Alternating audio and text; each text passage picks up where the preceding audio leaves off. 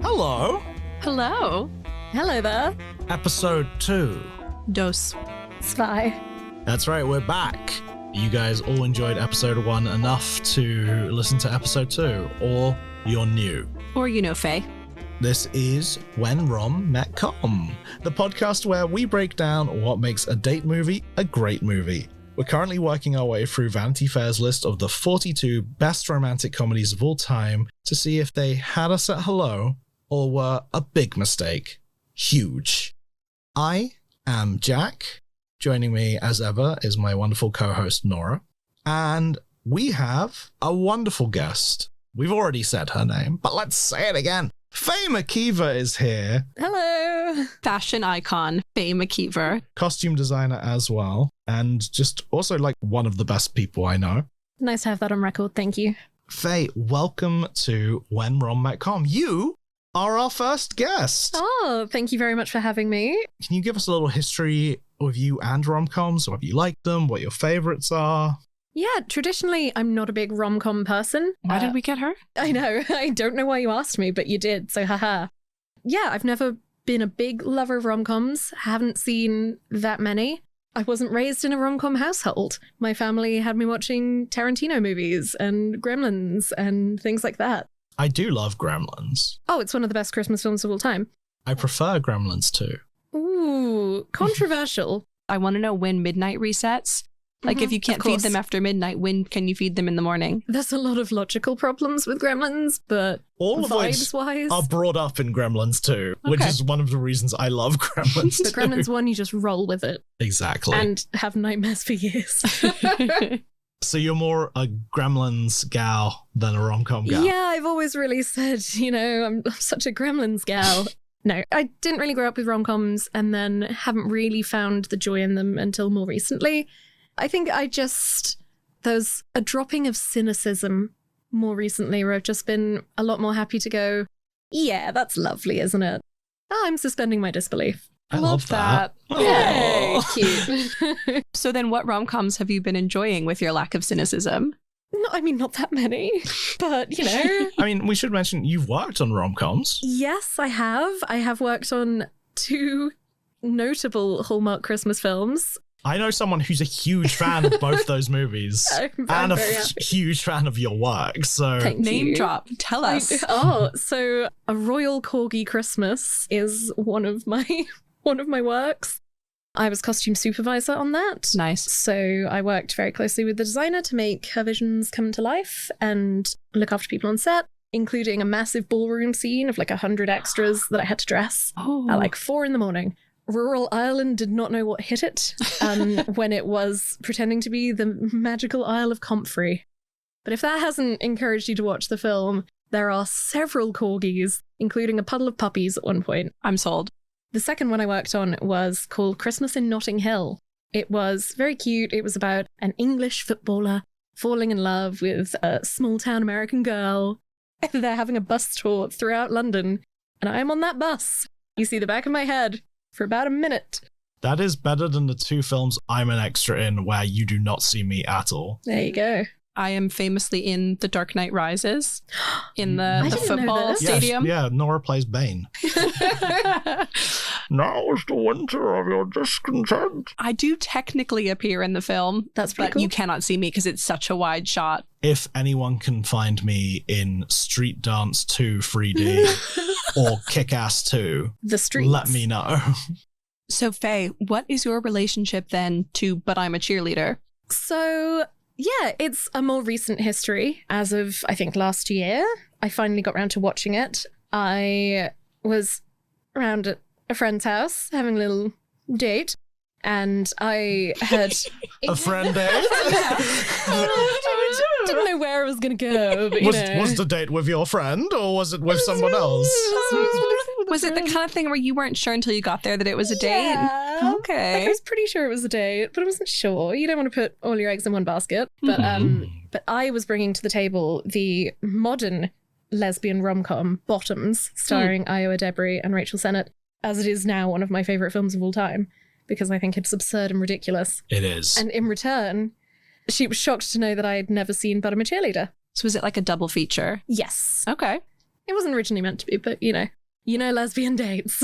They last for hours. As opposed to those straight dates, they're just 4 minutes. No, you want to get in and out of there. Yeah. In and out.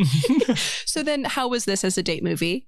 It was a good date movie. I mean, we didn't end up watching the whole movie, but I've subsequently watched it. I think that makes it a good date movie. Yeah, that's a success. So, yeah. I had a date that I wasn't sure was a date. A girl came to mine and we watched There's Something About Mary, which is a movie I love, and she loved as well. That's why we were watching it. But this was early on into like my dating life. We watched it while on my bed, and I was like lying like like a fucking Straight torpedo. as an arrow. And then at the end, we had like the weirdest first kiss that's ever been had, in which we sort of like went in and just kissed and kissed and kissed and kissed. Like little pecks. Oh, gross. Yeah, you don't know what you're doing though. But not as gross as a lot of the kissing in this movie. We'll get to it. Little segue there for you. Well, that's your history with But I'm a Cheerleader. Yeah, I really enjoyed it, and I have since watched it repeatedly. I think it's really well done and an important sort of milestone for queer cinema. Yeah. Nora, Nice. What's your history with this movie? I watched it for research for this. As with so many movies on this list. Yeah, I've only seen about half the films, A lot more than me. but less than Jack. So I saw this film probably around like 11 or 12 years old. And I honestly think it was like my introduction to queer cinema. I remember renting it because I thought it sounded really funny. People thought a cheerleader was a lesbian. What a silly concept. Well, because at that age, in like 2002, 2001, I was like very high on like the American Pie movies. And, the idea of lesbians in films back then was very much, especially mainstream comedy, was like, oh my God, what a wild concept. And I watched it and I remember liking it, but it was definitely not what I thought it was going to be. I remember trying to show it to my friends and nobody was kind of vibing with it. And I was like, oh, well, maybe I shouldn't like this movie. Oh. I'm really glad I watched it at that age because I think it's actually quite a seminal film for me. There are not a lot of lesbians in films. No.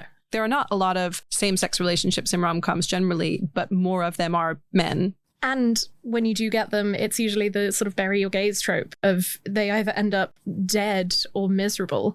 You don't get positive representations of queer couples in media because it's always a tragedy. Actually, I'm curious, Nora, have you seen Bottoms? I haven't. Oh, I highly recommend it. Okay. I actually have no idea if you'll like it or not. I Interesting. think you would.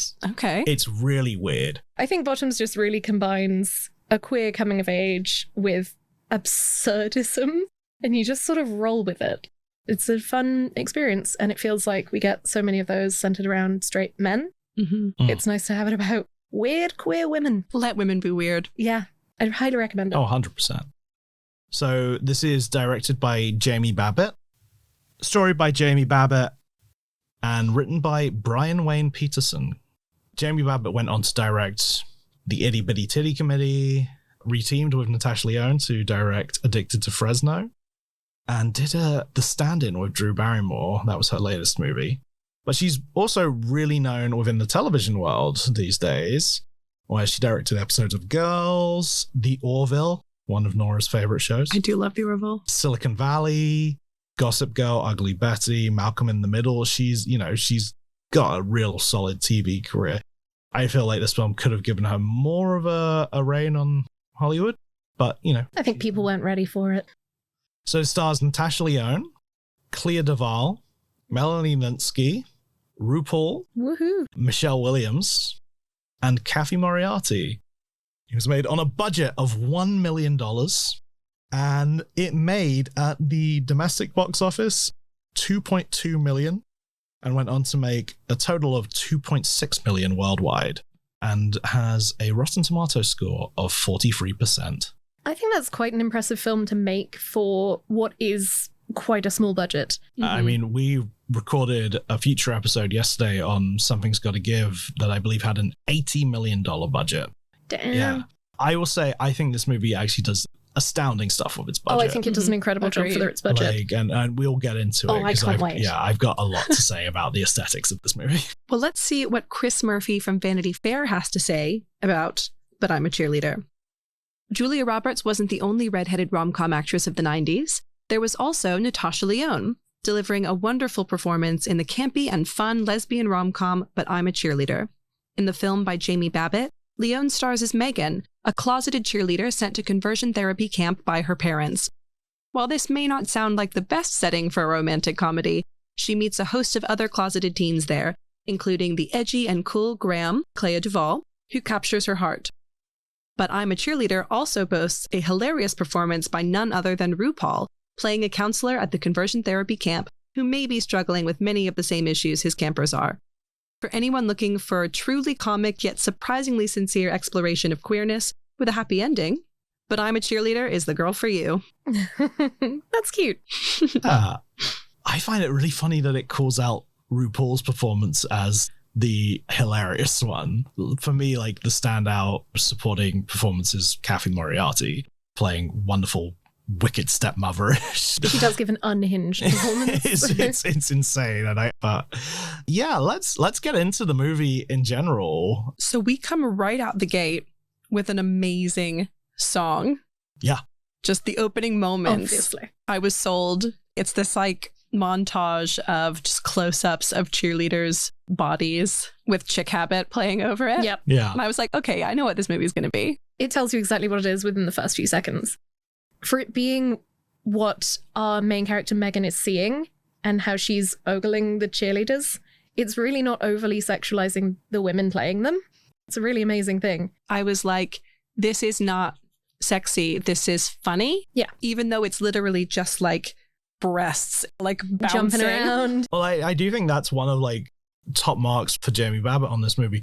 The handling of the comedy is for such a what could be seen as a disturbing story. A film like Boy Erased, which covers similar topics, but in like a very serious manner.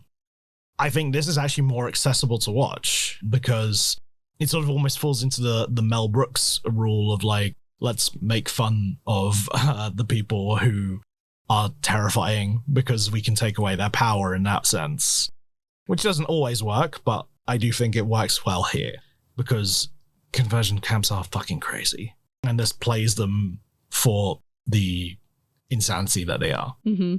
When I think of conversion camps now, I think of this version. We're skipping ahead a bit, Yes. but like when we get to True Directions, I was like, that is the gayest place I've ever seen. Well, that's the wonderful thing about this movie is like, if you weren't gay before you went to True Directions, you are by the time you leave. Yeah. So I took so many notes. And my second note was, her boyfriend is the worst kisser I have ever seen. If she's not gay before, she is now. My first note is the way her boyfriend kisses her is hilarious. I mean, but also the way she's kissing him back. Well, she's not. No, it's No. just tongue out. Hope But for her the best. mouth is just open like, and she's just letting him Maul her. Have you guys never had this? No. Oh my God. Were you the guy or were you the... No. Which one were No. you? Yeah, were you the tongue out bad I mean, kisser? sorry to spoil for later, but in my have done section, No. I am Natasha Lyonne in the kissing sequences. Oh, I know this story. Where- It's not even that story. okay. But like, Oh, he's got many stories I've got- about being a terrible kisser. Kissing terrible Oh, kissers. I'm sorry. the face she pulls where she's just sitting there in the car and she's just sort of like eyes wide open, kind of bored. I've been there while just someone just shoves their face into mine. Oh, I'd just be out of there. I'm too polite. Yeah, not me. I'd be like, oh, I have to wash my I hair. was about to say the same thing. I gotta go wash my hair. Can let the cat out. Yep. But yeah, she's clearly not enjoying this kissing in the car. I hope all In the bad school. kissers end up together. Like, yeah, on their own little island in the middle of nowhere. yeah.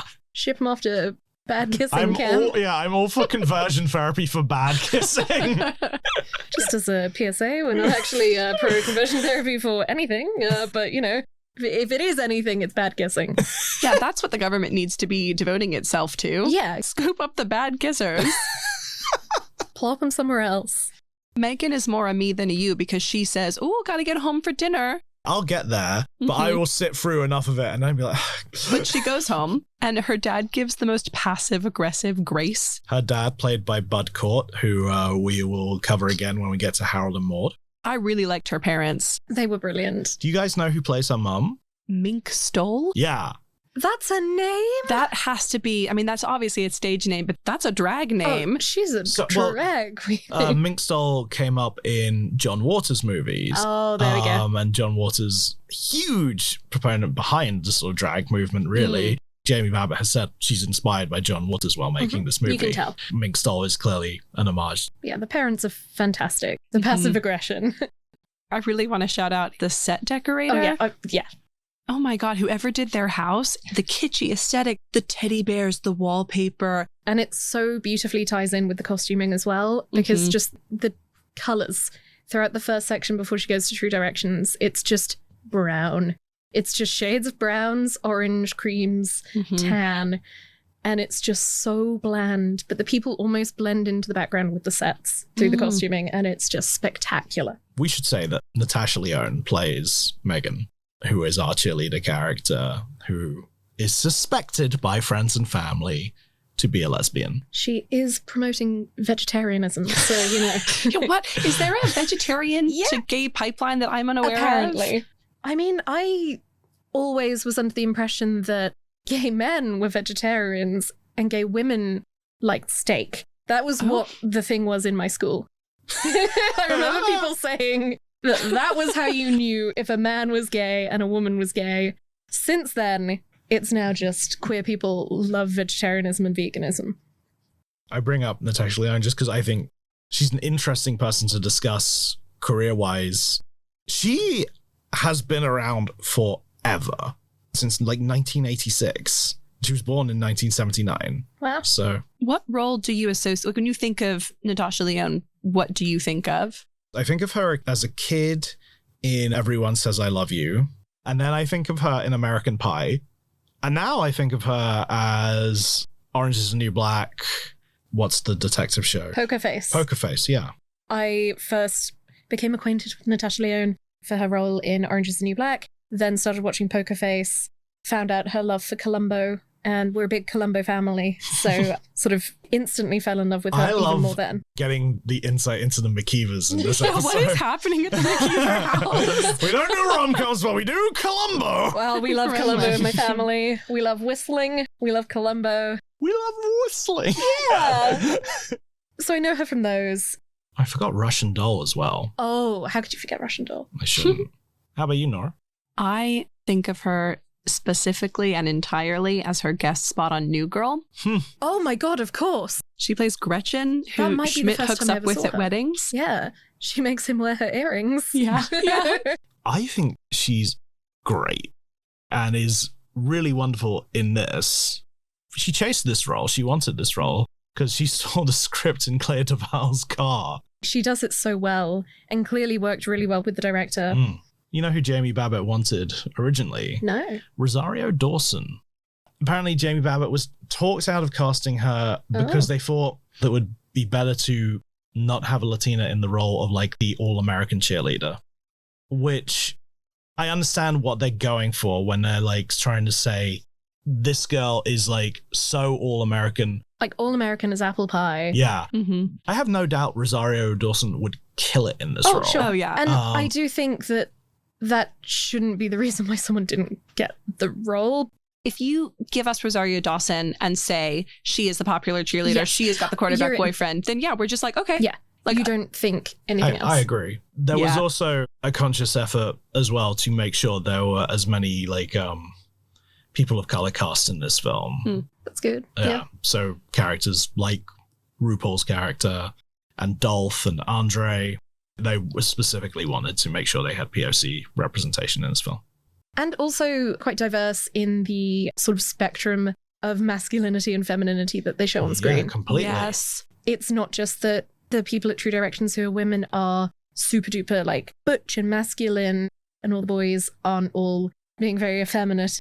You do have quite a broad spectrum of not gender identity because they haven't really gone that far, but the way people present themselves on that sort of spectrum, which is quite impressive. And also probably coming from the fact that it's a queer director and a queer screenwriter, as far as I'm aware. She also said she consciously wanted to make this movie because she felt that the femme lesbian has not really been represented on screen and wanted to show that a lesbian does not have to be what everyone assumes Well, when Megan goes to the two guys who are... The XX gays. Yes. Lloyd Morgan Gordon and Larry Morgan Gordon. Yes, Lloyd and Larry, classic XX gays. Yep. When she goes to stay with him, she says, well, I was hoping you could teach me how to be a lesbian. Like, what do they wear? Where do they live? And you're like, what? Yeah. I love the question, where do they live? I mean, all the lesbians go to like 1, 2, 3, 4, have a lot of cats and live alone alleyway. Like, come on. I mean, I've got to say, I'm pretty impressed with the town where True Directions is. You've got your gay bar, you've got your conversion therapy.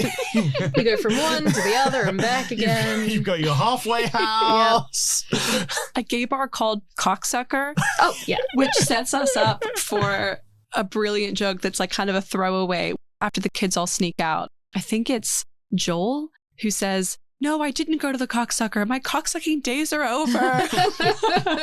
There are so many throwaway lines like that that are just spectacular. Yeah. My note is, I like that this town has a gay bar called Cocksucker and a gay rehab centre. Yep. Cater for all options. And right in the middle, the XX gays, who, I will say, have the healthiest like emotional relationship compared to all the other couples that we see on the screen. Mm-hmm. Like, all the parents don't communicate with each other. And then there's Lloyd and Larry, who've obviously been to couples therapy. Yeah. Yes. But like proactively, not in a good because way. they were having problems, but because they just wanted to be the best that they could be. Yeah, very aspirational. And if anyone knows where the lesbians live, it's Lloyd and Larry. I want to shout out the guy playing Larry, Richard Mole, because I loved him on the sitcom Night Court, where he played security guard Bull. Our fans might know him as the voice of Two-Face in Batman the Animated Series. No, that's pretty cool. If we're going to shout out minor characters, the girl in the welcome video who's like, my lesbian girlfriend pushed me off the back of her bike and made me do drugs. Now I'm married to a man. I thought she was incredible. Spectacular. It would only be better if she was like, and then I ate steak. That would be All better. lesbians eat steak. At least they did in the 90s. One more shout out to Small Roles. It's a cameo. Julie Delpy coming on as the lesbian at the Cocksucker who dances with Natasha Lyonne. She's credited as lipstick lesbian, which I thought was funny. Well, I'm so happy to see her. And she fits that situation so well. Like, it's a perfectly cast cameo. Mm-hmm. I would dance with her. Every day. She's in your favorite romance films, right? She is in the Before trilogy. She's incredible in all three of them. Listeners might also know her from Avengers Age of Ultron. I don't know why. I'm just going to give everybody their superhero shout out. Oh, should we talk about Melanie Linsky? Another one of those people who's been around forever, starting in Heavenly Creatures by Peter Jackson, which some have said she's playing the same character in this that she was in that. She plays Hillary in this, complete with her strong New Zealand accent. Yes. Always love it when her accent can come out. She's great in this. The cast in this is so strong. Mm-hmm. There's no real weak link.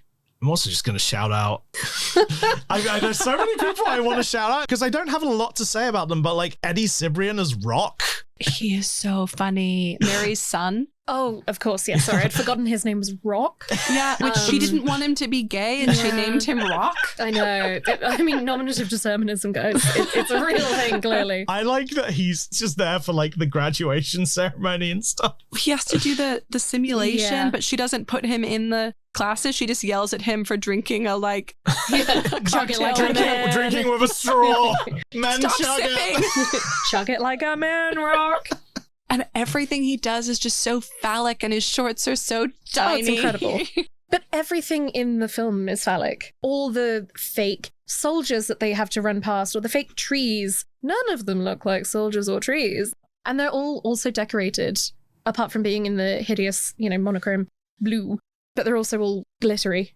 This just reminded me, one of my favorite visual gags in this movie is when you get the shot of the boys working on the car and one of them passes Andre the tool and he just like kind of like casually throws it down instead of putting it away. Like, it just killed me. Also, his line when he is told that he is not going to graduate and Joel is like, oh, it's okay, be who you are. And he's like, I do not need to be told this by a queer man who has just found out he's straight. Like,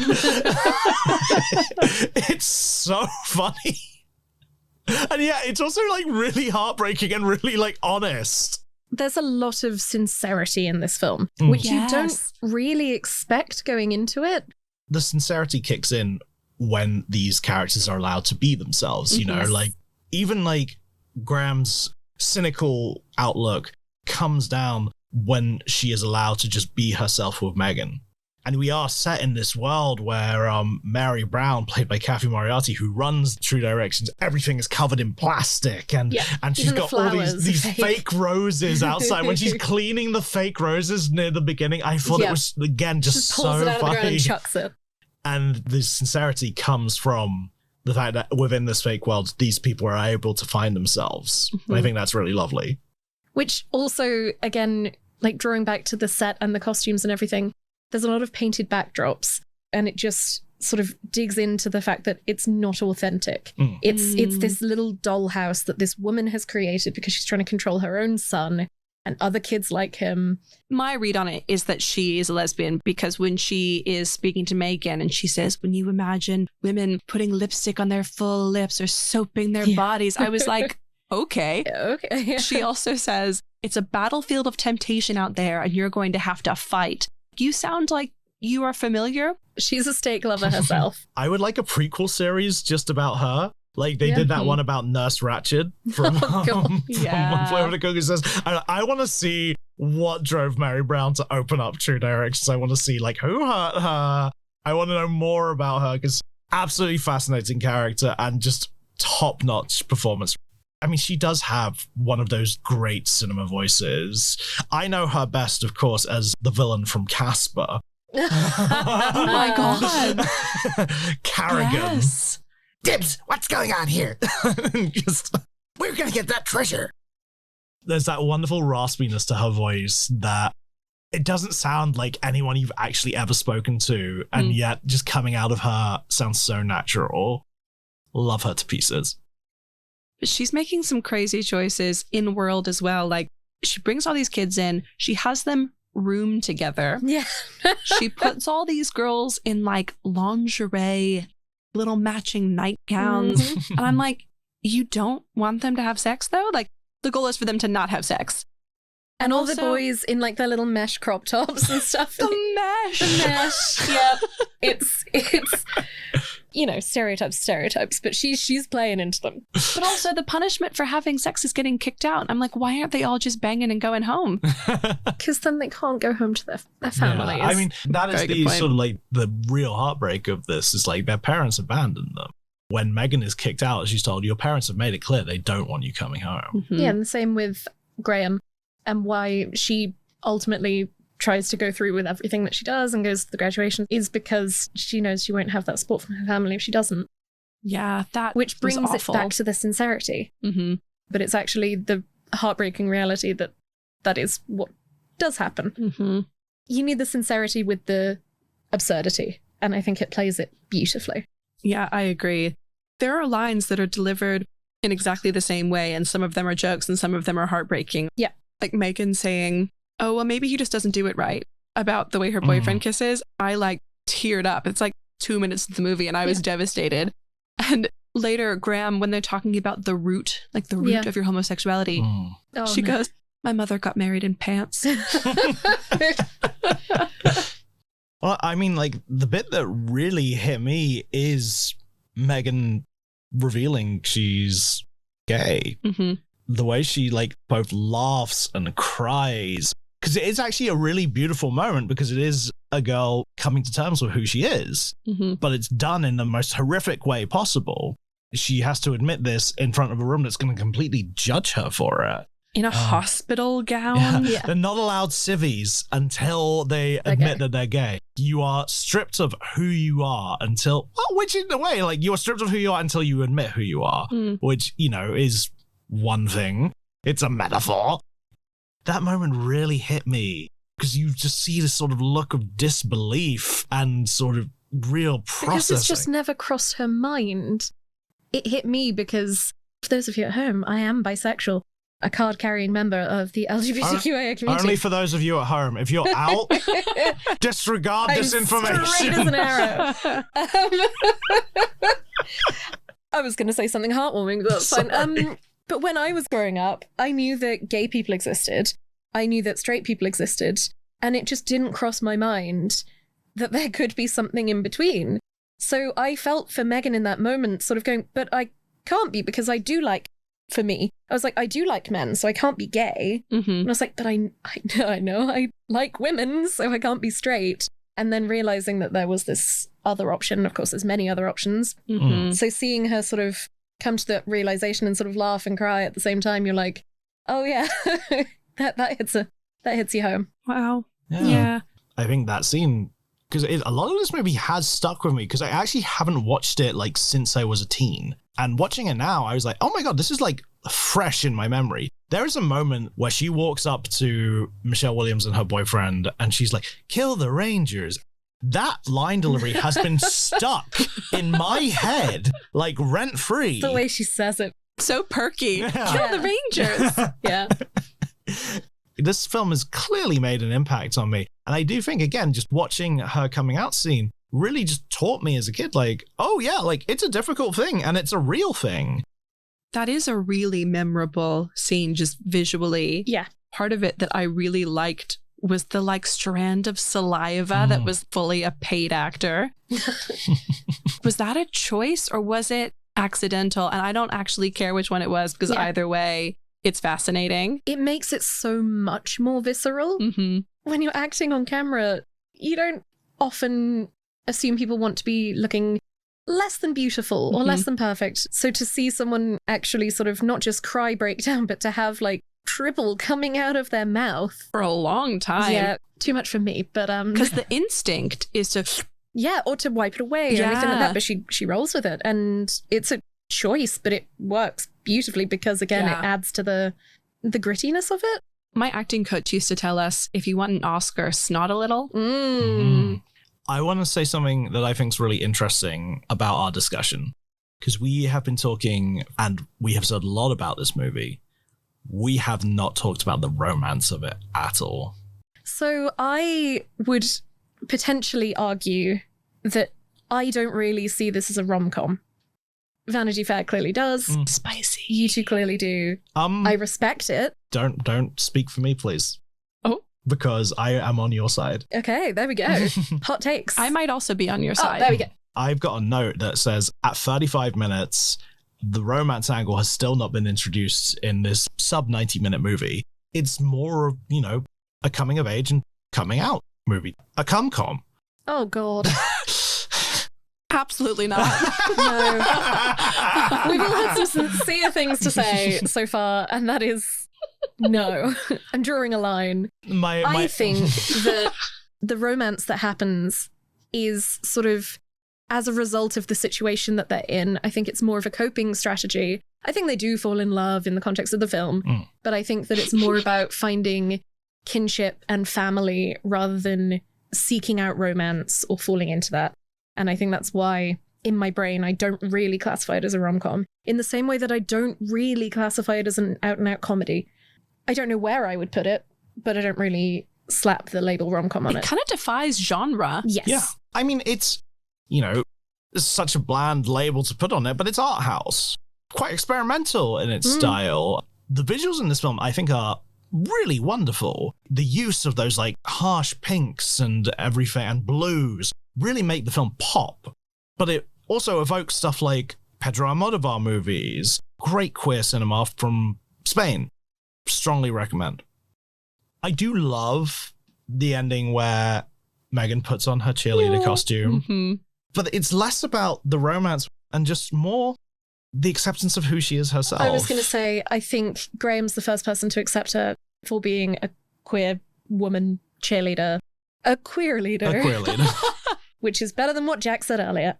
Well, I think the relationship is really important to the film because when Megan goes in, so she does accept that she's queer, but then immediately in the same breath, she's like, I don't want to be. And so she's taken notes in all the conversion therapy classes. Yeah. She's doing her interventions. And Graham is the one who makes her realize she doesn't have to do that and gets to be herself. And so I think that without the romance, the story would have ended differently.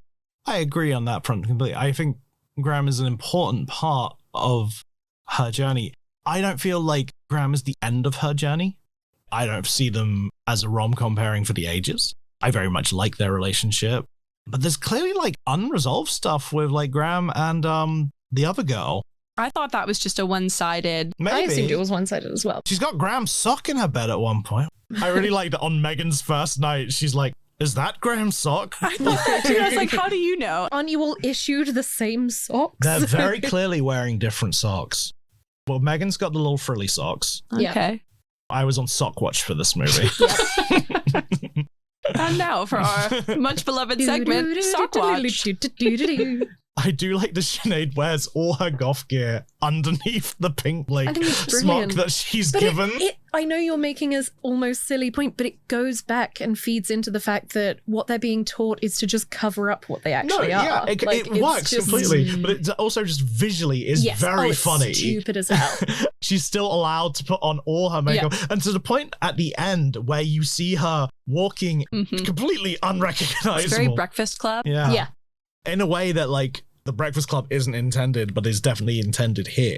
The makeover here is like, oh no, what have you done? Yeah. You broke her. You finally broke her. Yeah. I will say one moment I really didn't gel with in this is when Megan rats on the Yeah, why boys. is Megan such a little narc? The way she screams. Help! Help! Yeah. They're kissing! It didn't make sense to me, but I think the in-world reason is that she's just trying to conform so hard. Yeah. And she's just But she's being also a little bit of there. tissues. Masturbating. Yes, she is. It's a real cognitive I dissonance like that they happening all there. go to the office to do it. But that's the thing, is that actually is, I think, a conscious decision, because you hate in others what you see in yourself. If she was not in that office masturbating, she would not have turned them in. Yeah. Yeah. It's just a moment I don't like for Megan's character. I Yeah. get it. It kind of has to happen so we can see what is at stake for these characters. It could have been just they were found. I didn't like that it had to be like, gay on gay crime. Our least favorite kind of crime here at When Rom Met Com. Gay on gay crime. Going back to just stuff I found really funny. After Graham admits that she has a crush on Joel, that partnership, Spectacular. hilarious. One of the best. Joel has 2 lines. I keep forgetting, get her the cake, get her the cake. And then when he thinks things are fine, and he just says, I feel like the aggressor. It's the exchange, because it's what he says that in response to. So Graham says, you're really manly. I like that. Manly is good. And he goes, I feel like the aggressor. While being the least aggressive man in the world. Joel. Yeah, Joel's a great character. 5 stars for Joel. Yeah, 5 stars for Joel, obviously.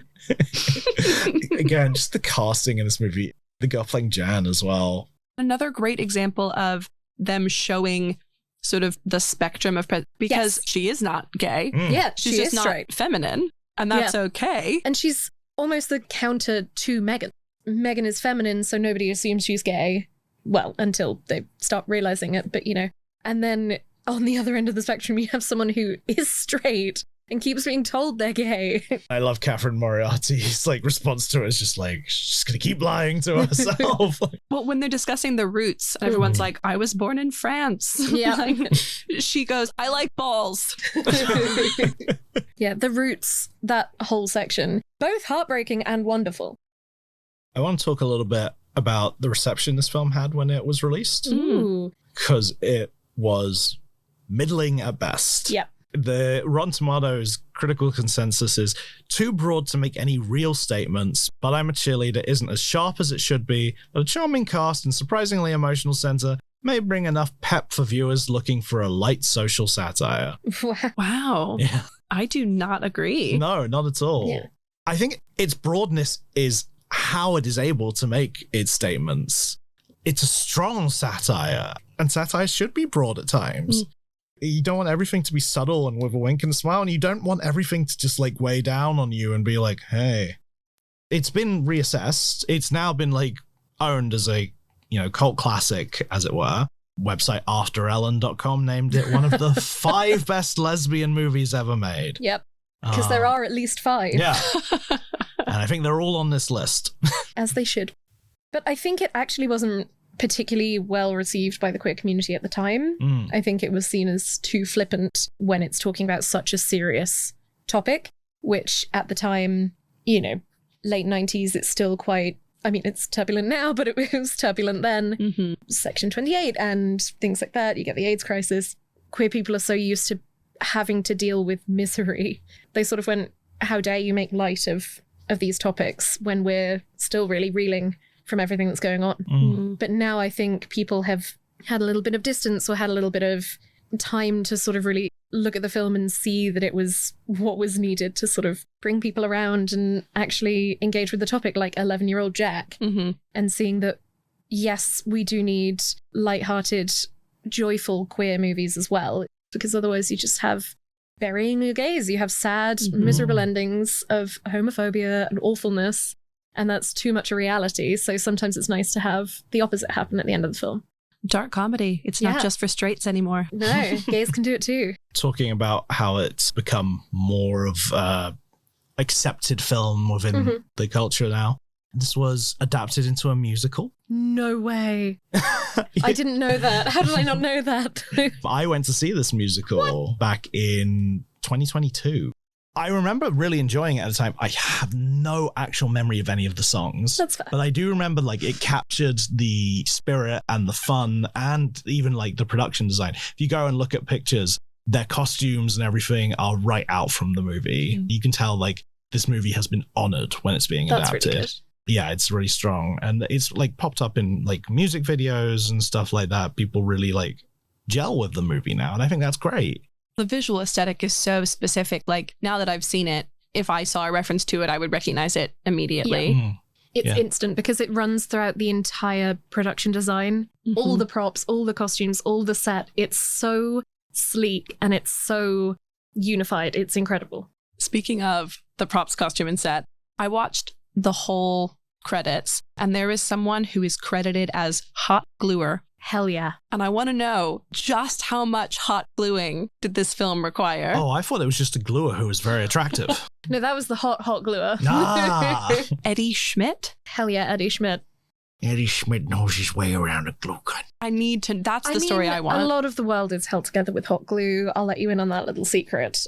But I've never seen it in credits. Like, is there an IMDb page of all the hot gluers that have ever existed? I'm going to just look up what else Eddie Schmidt has done. Please do get Googling. Eddie Schmidt he is hot. Eddie Schmidt is a pretty hot gluer. I mean, I don't know if he's your type, but... Oh, yeah, but you can admit that he's hot. Well done, Schmidt Eddie. is not what I expected Eddie Schmidt to look expected like a grubby little intern. Eddie Schmidt. Should we get Eddie Schmidt, a hot gluer, on the pod? Eddie Schmidt is now a producer. You gotta work your way up. That's how you get in the industry, kids. His hot gluing started in 1999 and ended there. That's the only hot gluing credit he's got. I reckon that's a little in-joke with him and the crew. I worked on a feature film with some friends and there were some worms in it, and one of our friends is now credited as Worm Wrangler. I'm sorry, I'm sitting on some hot Eddie Schmidt goss. Okay, give us the goss. Eddie Schmidt, Academy Award nominee. For hot gluing. Best hot gluer, 1999. No, Eddie Schmidt was nominated as a producer of the documentary Twist of Faith back in 2005. Interesting enough, the filmmaker behind Twist of Faith is Kirby Dick, who went on to make the documentary This Film Is Not Yet Rated, which talks in great deal about But I'm a Cheerleader. Oh. Because But I'm a Cheerleader struggled to get an R rating. Yes. Because the MPAA was like far more harsh on films about homosexuality. I wonder why. What, so they wanted it to be NC-17? Yes. Yeah. What? I would have thought it was PG-13. No.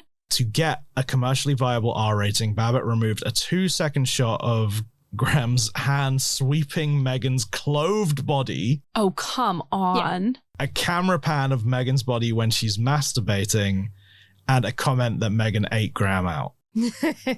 But they did leave the fish joke in. Yeah. I guess double entendres are considered less risque. I highly recommend This Film's Not Yet Rated as a look into the MPAA. It's an interesting documentary. But is there a hot gluer in the crew? Because I'm not interested if there's no hot gluer. As far as I can tell, hot gluing is not involved. Gutted. Absolutely gutted. Eddie Schmidt is a producer on This Film Is Not Yet Rated. I don't want to break your heart. He's dead. He's married.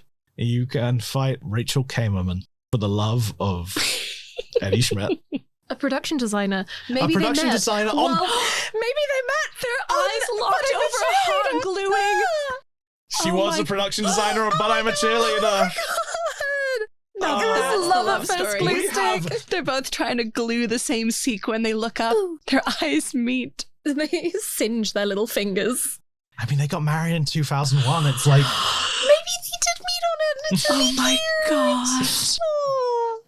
Okay, you guys have to get in touch with them and bring me back, please. Okay. Special edition. Deal. Thank you. Thank you, Nora, so much for Yeah, I really do watching the appreciate that. credits. I did not fully and- watch those credits like that.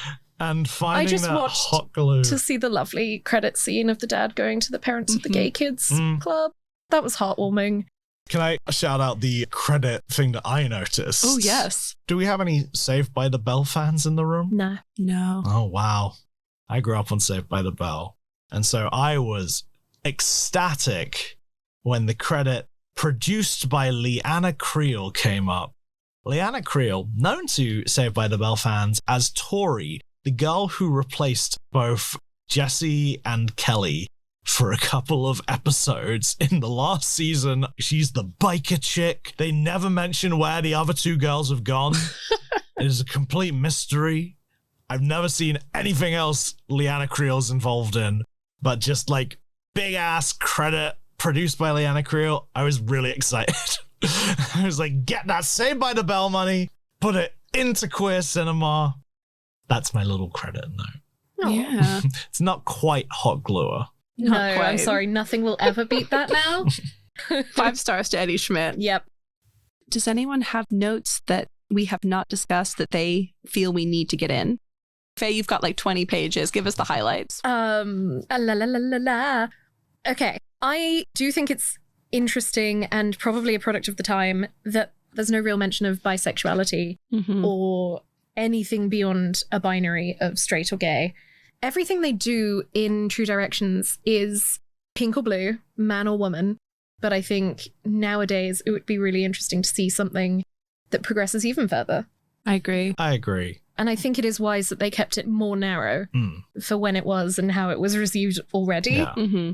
And they do make some interesting points about gender roles. Yes, and the falseness of it all. Even at the end, their graduation ceremony, all the True Directioners are brought out in like a latex or plastic outfit. Like they're literally wearing this uncomfortable shell. I mean, there's sexual simulation as well. Oh, yeah. Like, The religionness of that all as Mhm. well. It's very weirdly away from being like a sort of scary Christianity because they're sort of simulating sex before marriage and things like that. Because they're straight, it's fine.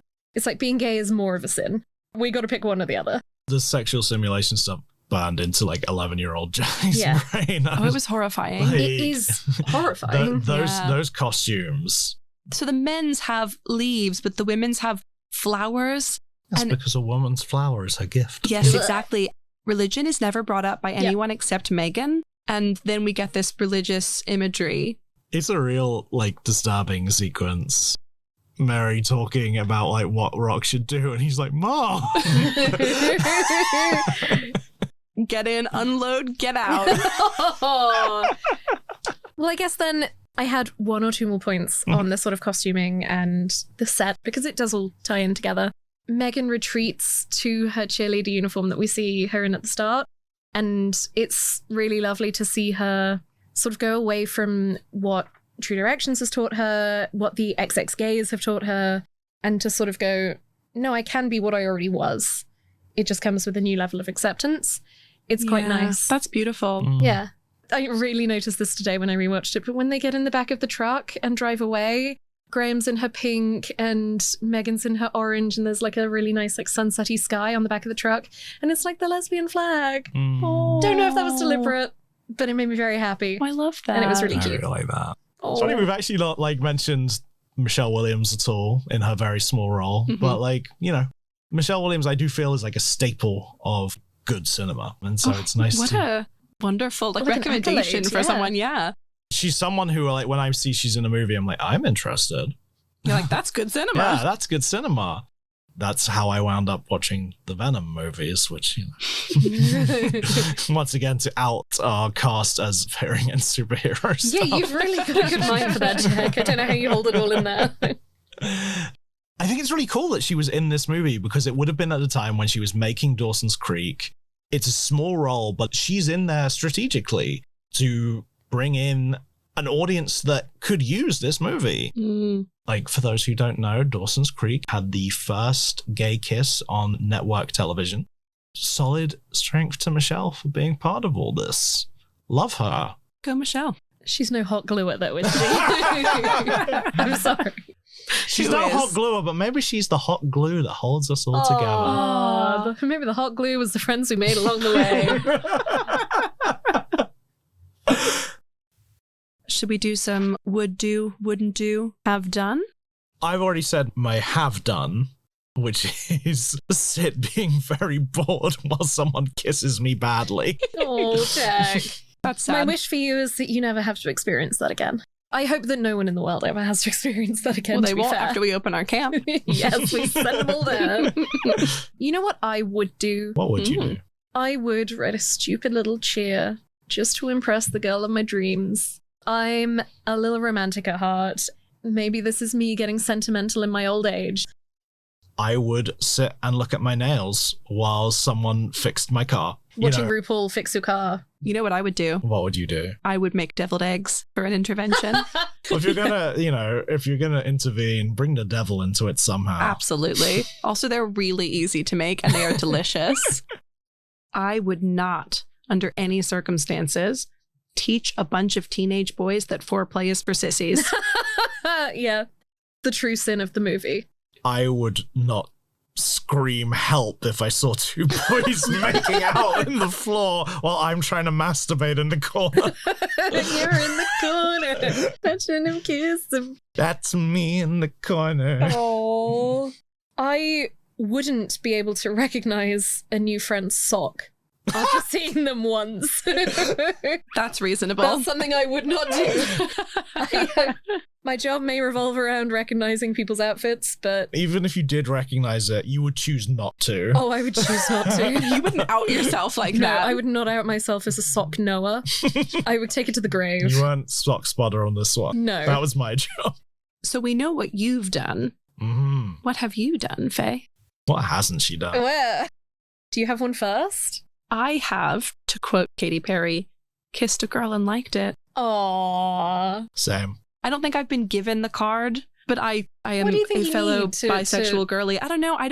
I'm one Do you of need those to eat a people steak?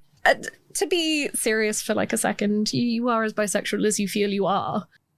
Oh, I have been to gay bars. That's always a good time. She Soho, enjoyed my time there. Like one of the only lesbian bars in London, because everywhere else is very gay male. Kept a matchbook from it, hidden it under your bed. Sadly, no. But maybe I would if it had cocksucker on it. Such like an outrageous name. They couldn't have gone more subtle. I mean, that's exactly why I like it. They know True Directions is in town. Like, hey, fuck you. Yeah. We're the We're going to be as gay as we cocksucker. can. So yeah, that is something I have done. Been to a Great. gay bar and plan to go to many more. Songs. Songs. I think my choice is going to be Ray of Sunshine. Cute. By Go Sailor. Because I feel like the other two songs I've written down are more well-known. Mm-hmm. This was one that I didn't really know, and I was like, I like this. I like a little Ray of Sunshine. It's a Go real- Sailor. Go! Yeah. Does not appear to be on Spotify. No Sailor. My pick was Funnel of Love by Wanda Jackson. I just think it's so perfect for that time. The costumes evoke that era of music so well as well. That and the song at the very start, when they're cheerleading, are the two that really stand out for me in the whole film. Chick Habit. Yeah, Chick Habit is my pick for sure. But Funnel of Love, it plays after they kiss the first time, I think, when she's brushing her teeth. Personal thing. I cannot stand to watch people brush their teeth on screen. It's always dry and it's like the scraping and it's making me ill to just, stop it. Oh, I can't deal with it. We didn't put the RuPaul track on. Yeah, sorry, RuPaul. RuPaul has a track on the soundtrack for my favorite film of all time, South Park: Bigger, Longer, and Uncut, which is just like, it's like a dance album, and every now you get RuPaul going, super bitch, super bitch. That sounds about right. That sounds like every RuPaul song I've ever heard. As a big RuPaul listener. Faye McKeever, fashion icon, RuPaul listener. Steak lover. Steak lover. I feel like steak lover has become like friend of Dorothy. Yeah, I feel like it's a euphemism. Yeah. Back in the day, my family and I used to say someone might be Canadian if they might be gay because of Ellen. Ellen's from Louisiana. Why did I think that it was... It's the Canadians. The Canadian gays. I regret everything I've said. You're making all new life choices now. Yeah. You're like, maybe if Ellen's not Canadian, I don't know what's up and what's down. The hot glue that holds my world together is coming Eddie. apart. You feel like Ellen's sitting there on her couch and she's like, I'm Canadian. And Dakota Johnson's like, no, you're not, Ellen. That's not true, is it, Ellen? Let's do a rom-com breakdown. Sorry, I was just having too much fun. So we rate leads and chemistry, supporting characters and story on a 1 to 5 scale. Ooh. And then we also have the rom-com balance. This is a scale from 0 to 100. 0 being more romantic, 100 being more comedic. 50 would be the ultimate rom-com. Those two have exceptional chemistry, so I think at least 4. Yeah, I agree. I think while their chemistry, I don't think is like the most important thing in the film to me, I will say, yeah, leads and chemistry, 4 out of 5. 4. Beautiful. Supporting characters. Again, like a 4.5 even. They all play a part. They're all spectacular. RuPaul is there. Even it feels like the set is almost a supporting character. 5, baby. These supporting characters are great. I agree. Everyone is a joy to watch. From Rock to Joel to Jan to Sinead. To the bad kissing boyfriend. To the bad kissing boyfriend. To mean Michelle Williams. I'll up mine to a 5. Story. That's a difficult one for me because it was a story that needed to be done, but looking at it from a now perspective, is there more I would do with it? I don't know. I still think it's a 4. I think it's an excellent film. I think I'm at a 3.5 on the story. I think I'm more looking at within the rom-com world. That's fair. And I'm like, it's just not that. I think it's something else. You have successfully influenced me because I was debating between 3.5 and 4, and I'm going to change it to 3.5 because you're right. And Faye, where do you sit on the rom-com balance? I think this is definitely more comedy than romedy. So I've made that joke before and you've never laughed. I'm honoured. I'm walking out. Yeah, you can hear him leaving the room as we speak. That's some Foley work. So my rating, I do think it's definitely more of a comedy with some romance than a rom-com. So I think I'd put it at maybe like a 75. I'm close to you. I'm an 80. I think it plays more into the comedy than the romance. And I think that's to its credit. The satire it achieves is because the comedy is strong and more sort of like important than the romance. I went 65. Ooh. This film is so difficult to define genre-wise. Yeah. Putting it higher didn't feel right. Putting it lower didn't feel right. I love this movie. I don't think it belongs on the rom-com list. Yeah. I think it's a different thing altogether. Yeah, I think it's a wonderful film. I do think it has romance and comedy. But I do think what you said earlier, Jack, about it being more coming of age, found family-ish, like finding oneself, identity. It falls more into that for me with romance in there. It's a spectacular film. More of it, please. Faye, thank you so much. Yeah. Do you so have much for having me. anything you want to plug? Be nice to people. Do good things for people where you can. Support local charities. So I am on Instagram, faye.mckeever. You can also catch Faye in episodes of Doctor Who. That's my arch nemesis, the actor Faye McKeever, the only other person in the world with the exact same name as me. One more fun McKeever family fact. When Shane Ward and Faye McKeever got divorced, my mum would keep the newspaper clippings and pretend that I was the one getting divorced. And I thought that was really cute. What is going on in the McKeever household? Hey, you know me. I'm a product of my environment. All But right. yeah, thank you for having me. It's been an absolute blast. And You've been a joy. You always are. oh, thanks, guys. This has been When Rom Met Com. You can find us on Instagram and TikTok at When Rom Met Com. There are links there to the Vanity Fair article, to our letterbox, and other fun things we found. You can DM us or send us an email at mail@whenrommet.com. Get it? We'd love to hear your thoughts on the films, what rom-coms you think should have made the list, or anything else you'd like to hear about on the pod. If you've had a nice time today, please consider leaving us a review or following us on your preferred podcast platform. Next time we'll be discussing number 40 on Vanity Fair's list, Something's Gotta Give. Thanks for listening, and remember, we don't hate you. Not even a little bit. Not even at all. See you next time.